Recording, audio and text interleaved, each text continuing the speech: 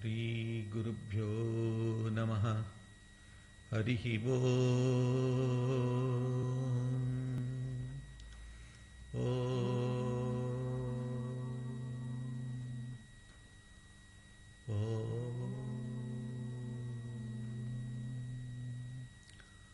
Parthaya Pratibodhitam Bhagavata Narayanena Swayam Vyasena Gratitam Purana Munina Madhye Mahabharatam Advaitamritavarshinim Bhagavatim Ashtadashadhyayinim Ambatva Manusandadhami Bhagavad Gite Bhavadveshinim Namostu te Vyasa Vishala Buddhe Pullaravindayata Patra Netra Yena Tvaya Bharata Taila Purna Prajvalito Jnanamaya Pradipaha Prapanna Parijataya Totra Vetraikapanaye Jnanamudraya Krishnaya Gitamrita Duhe Namaha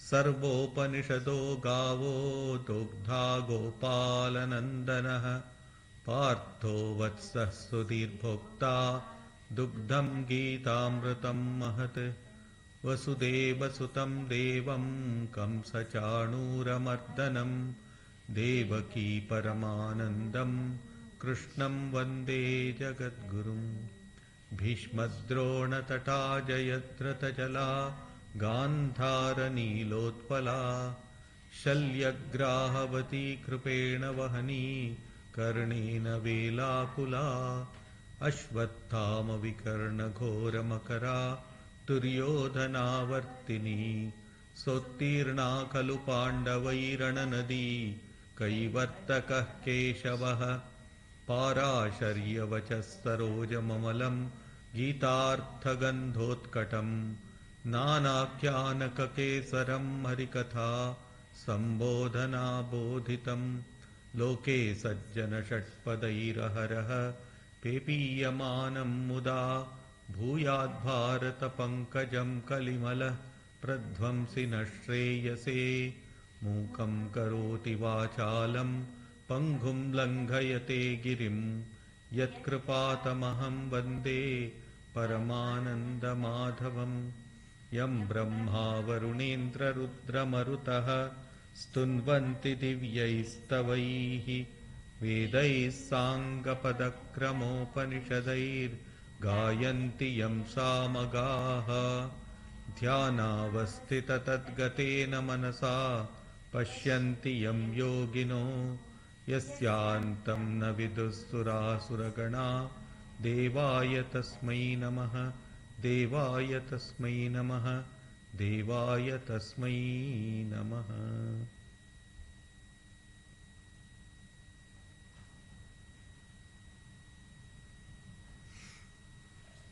We are studying the 13th chapter of the Bhagavad Gita.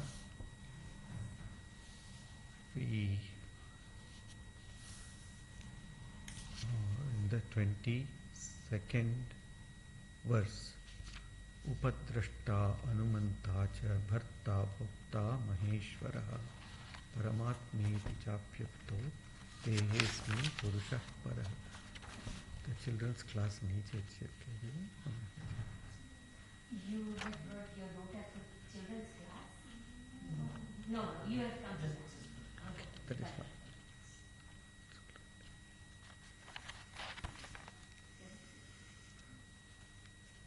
So, in these verses, Sri Krishna is talking to us about how to approach the divine. What are the methods of approach of the divine? Of course, this whole chapter deals with the subject of Kshetra and Kshetrajna, that is the field and the knower of the field. This universe is the field and the knower of this is the divine. This body, for example, if we take it individually, this body is the field and the self which is within us is the knower of this field.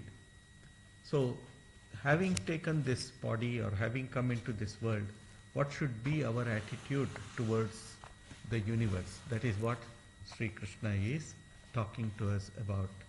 So, he says here, in this body, upadrashta anumanta cha bharta bhokta maheshwaraha paramatma iti cha api uktaha dehesmin purushah paraha.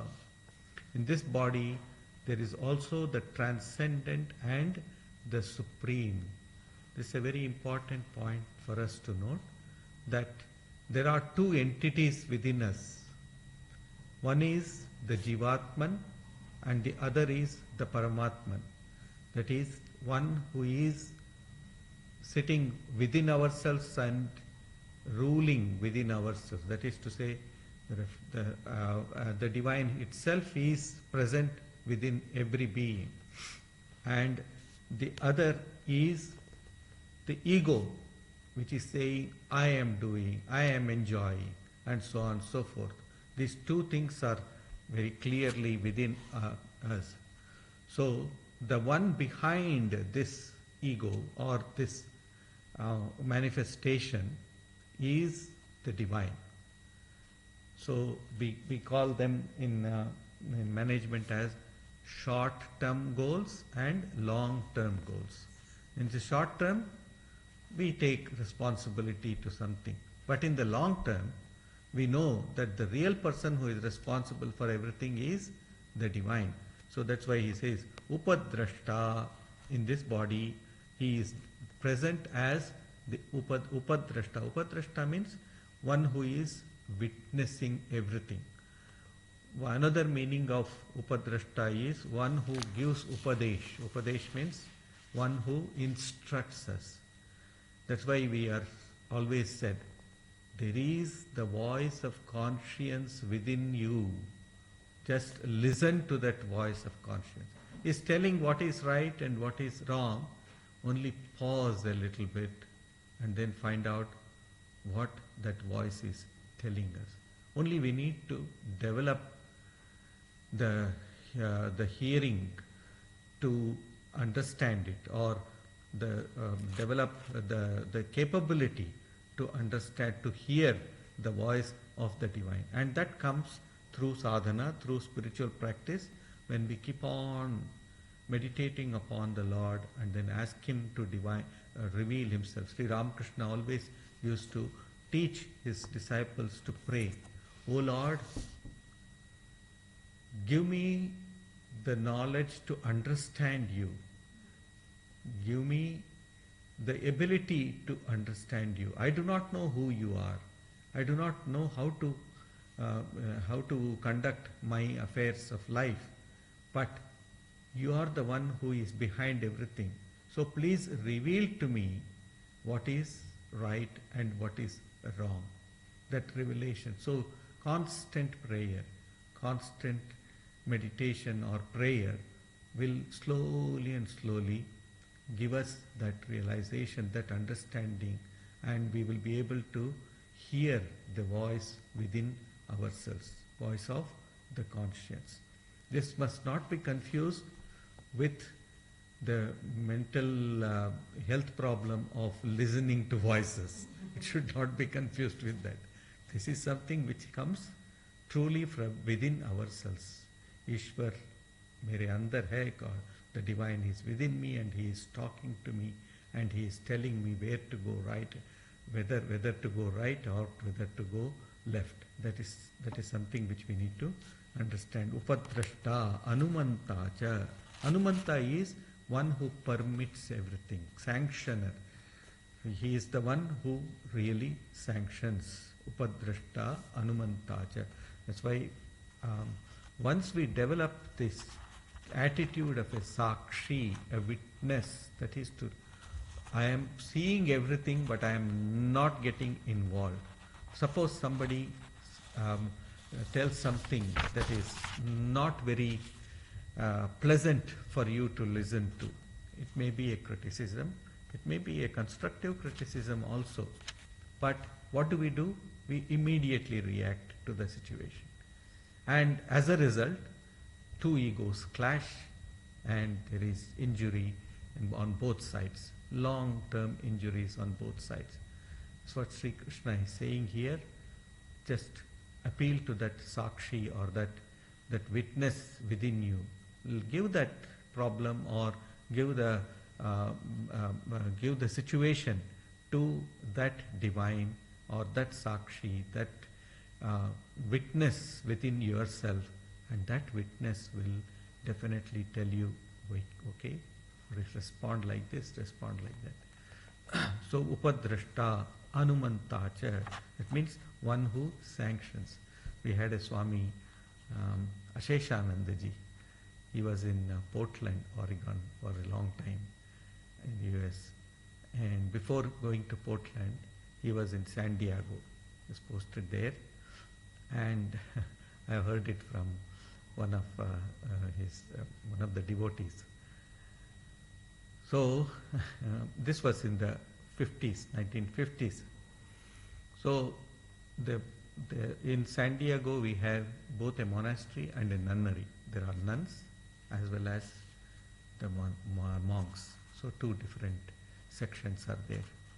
So one day they all decided that they will go to a fair. In those days there used to be occasional fairs and circuses, like fairs and all that, where there will be all these Ferris wheel and all the things of fun.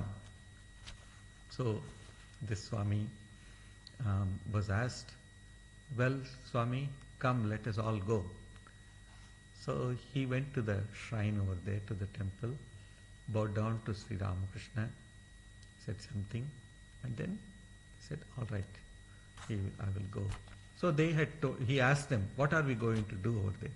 Oh, there is wonderful beach over there, and there is all these fun things. We will just watch everything. We will just watch everything, sit there, have a meal, and then we will come back.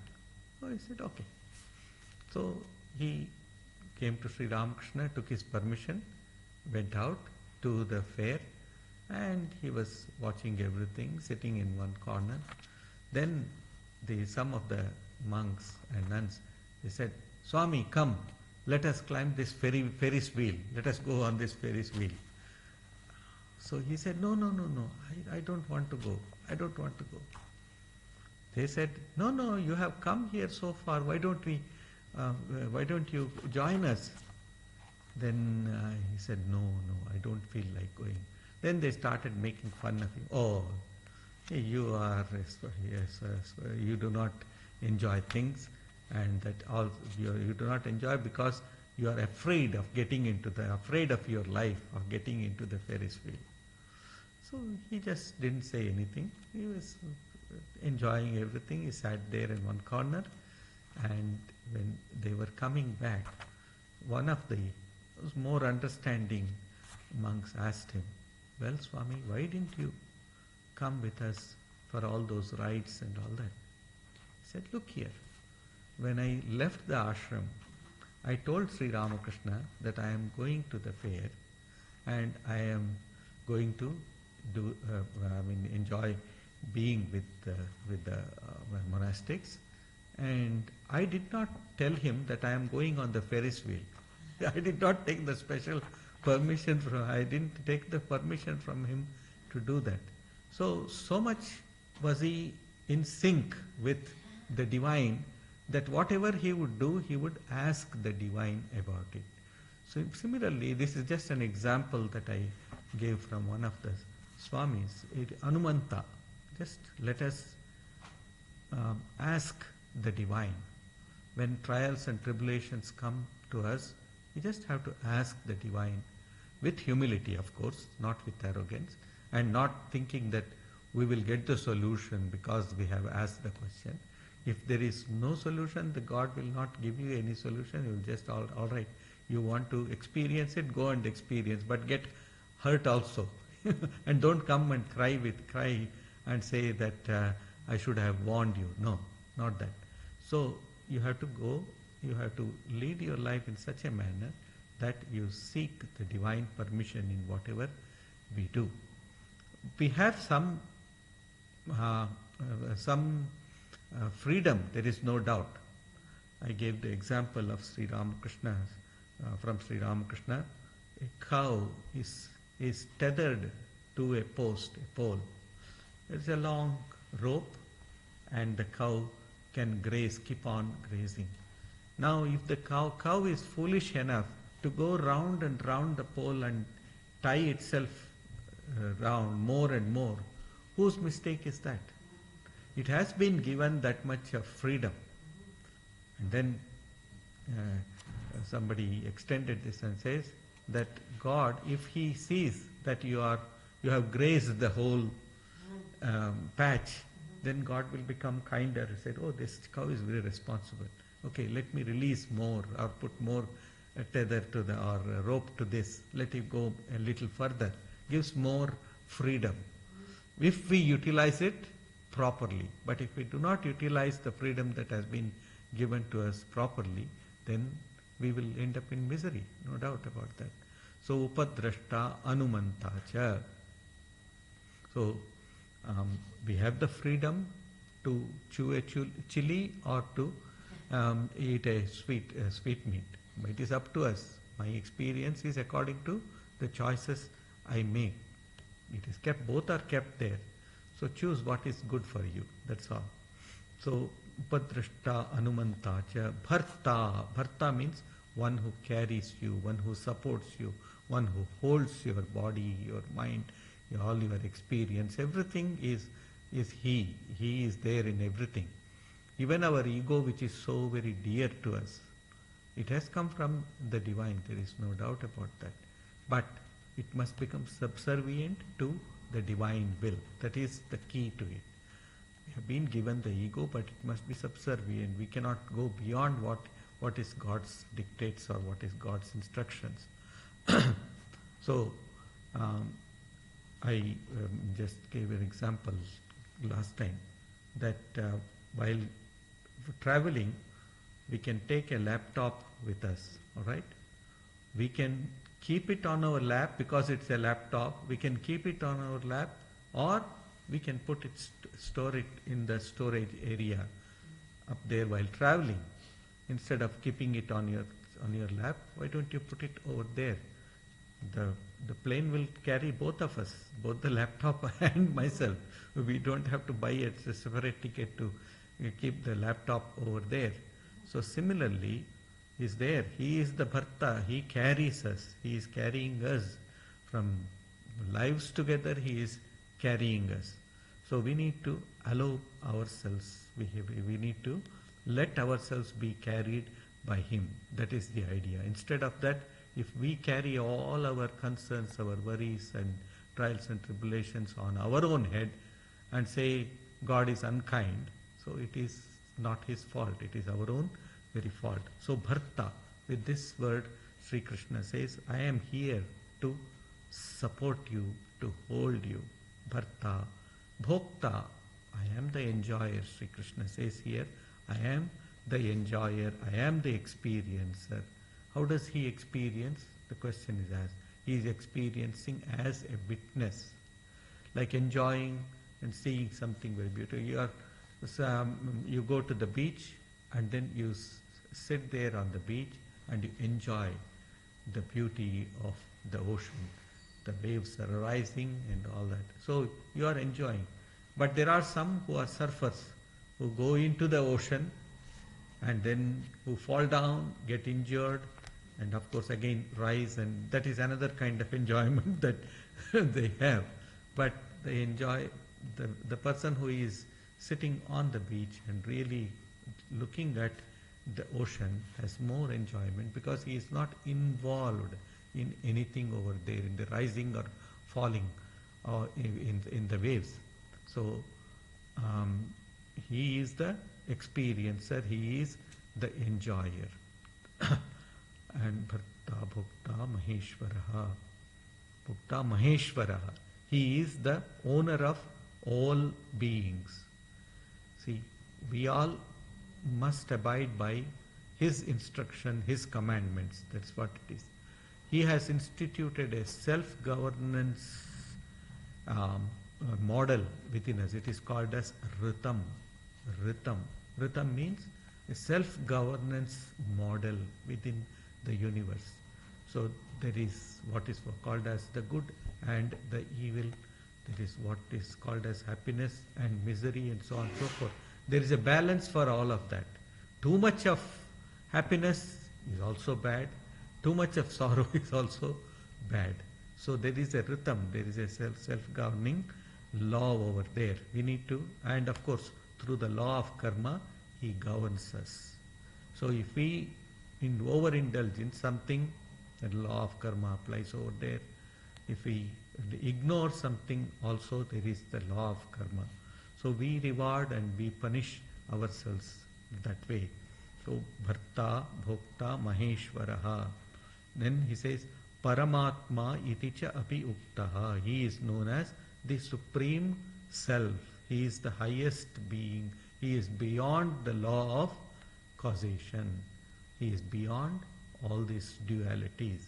Parama Purusha. It's called as Parama Purusha or Paramatma. Iti cha api yukta. See, in that word Parama Atma, there is the key. Parama means the supreme. Atma means the self. The self within and the one who is there, that is in the divine, is the same.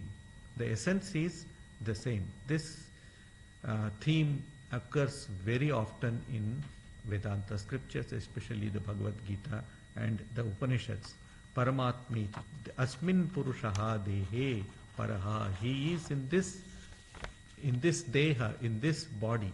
That is why this body must be considered as a temple of the divine.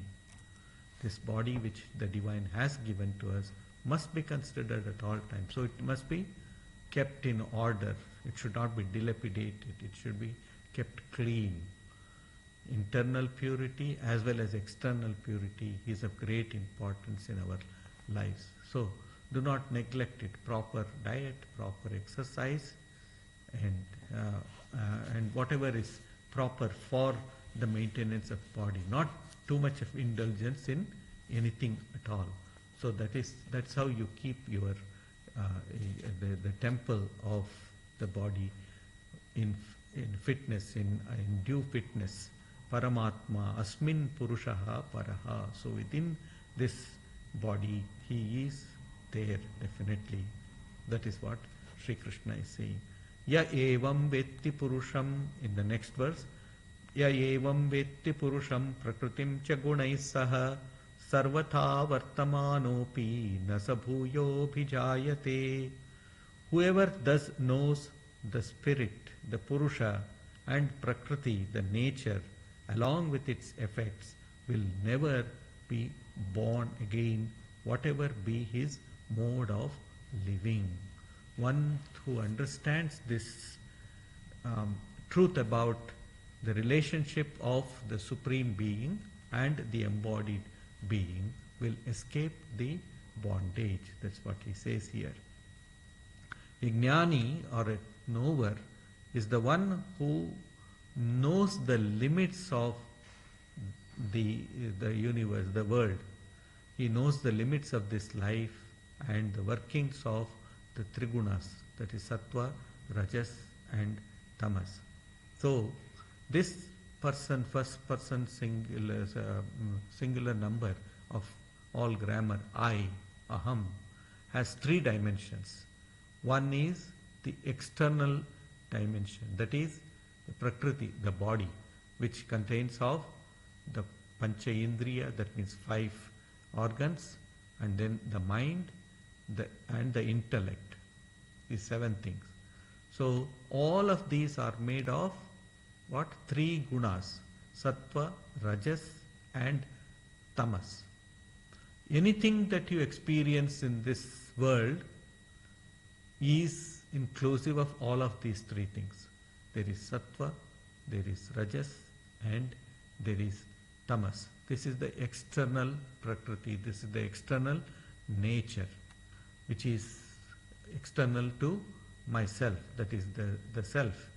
And then there is the ego, ahankara, which connects the body and mind with the experiences. It connects experiences. I bring in the book over here and say, this is my book. It never was mine and it never will be mine, because this is something which is material. It has come here for some time. After some time it will disintegrate, it will go away. So we need to be aware of it, just the awareness that ego should not identify itself with the objects of the senses. We say, this is my house. How is, some people say, did you build this ashram? I say, I did not build it. Why should I build it? The builders built it, and they also, they just built it on the plan that the architect had given. And then there were other sources. So many objects for this, or the materials for this, came from so many different places, probably some different countries as well. It all came from everything. What we did was just to put everything together. The builder does it, is just put everything together and give it to you, for you to enjoy for a little while. After that, you leave this place, you leave the world also, but it never was mine and it never will be. This attitude has to be developed within us. O Lord, everything belongs to you. It is thine. Thee and thine is knowledge, Sri Ramakrishna says. Me and mine is ignorance. It never is mine, it never will be mine. This is a very important point for us to note. The third dimension of a personality is the Atman, which is deeper within oneself, which is the witness of everything. Even when say I, this is mine, or this is me, the inner soul or the Atman is laughing, smiling.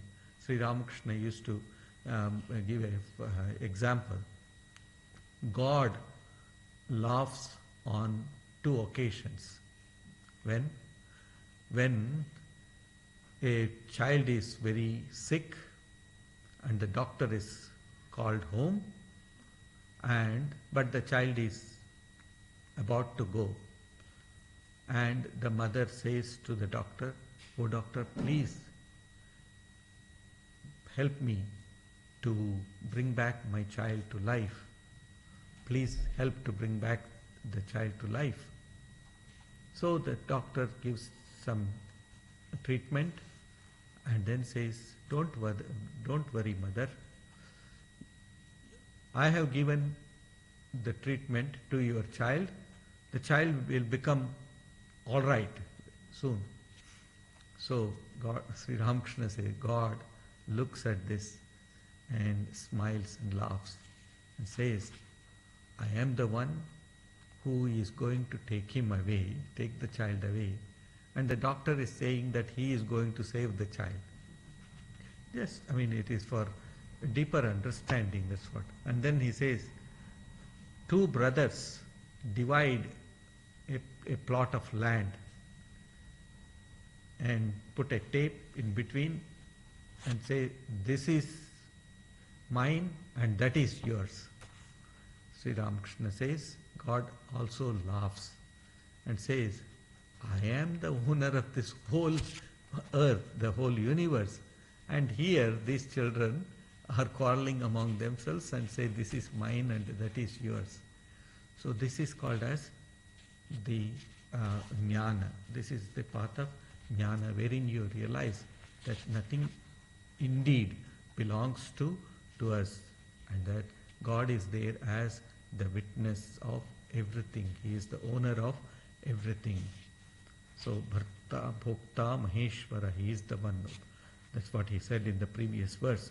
Yaha evam vetti purusham prakritim cha gunai saha sarvatha varthamanopi nasa bhuyopi chayate.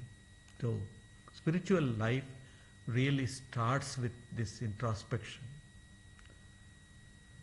This this chit and jada.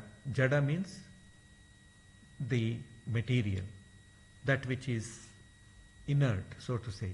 And then chetana or consciousness. When this consciousness enter into something, that takes life, isn't it? The consciousness enters into a seed. Just I'll give a crude example. Consciousness enters into a seed, and then the seed sprouts and then becomes a tree. Similarly, that is to say, there is this combination of both consciousness and material or matter in this whole universe. Sadhaka is one, a spiritual aspirant is one who analyzes what is consciousness and what is not, what is the non-self and what is the self. This one has to understand here. Prakritim cha gunai saha sarvatha vartamanopi nasa bhuyopi chayate. What happens to a person who has realized the ultimate? Sri Ramakrishna says, does he grow two horns and a tail and behaves differently? No. He will be as he is or as she is. But one will not get attached to anything, because one will know that the Prakriti, the nature, is doing its activities and that he is beyond all of this. So from this verse 12th to 15th, we studied that what is to be known, that the Divine Himself is in everything and He indwells in everything. He is there in everything. Even though He does not have any senses, but yet He brings into life all of our the powers of the senses, that is the cognition that we have in this world. So there is a saying that the Divine is in the warp and woof of everything. In a cloth you have both the warp and the woof, that is the cross lines, everything is there in everything. So He is permeating everywhere. Cotton permeates the whole cloth. Even though it doesn't appear like cotton, but yet it is cotton because it has permeated the whole of this cloth. So there is no place where the Divine is not. He is there in here. That's what Prahlada showed Hiranyakashipu, that God is everywhere. He is in this pillar or the post also. That is something which we need to keep in mind. When this knowledge dawns within us, then our outlook towards the world changes. It will change the outlook. We see the names and forms, but behind that we see the reality. Again, giving the example from Sri Ramakrishna, a potter has got a lump of clay, takes the lump of clay and then models it into different objects. Some he models it like an ornament, some he models it as a jug, a kettle, and so on and so forth. So, but for the potter, the clay is the important thing, and therefore while doing while modeling something, even when the clay disintegrates, somebody tramples upon it, then what will the potter do? He will not get that upset. He will take it again, put it back, and then will remodel it.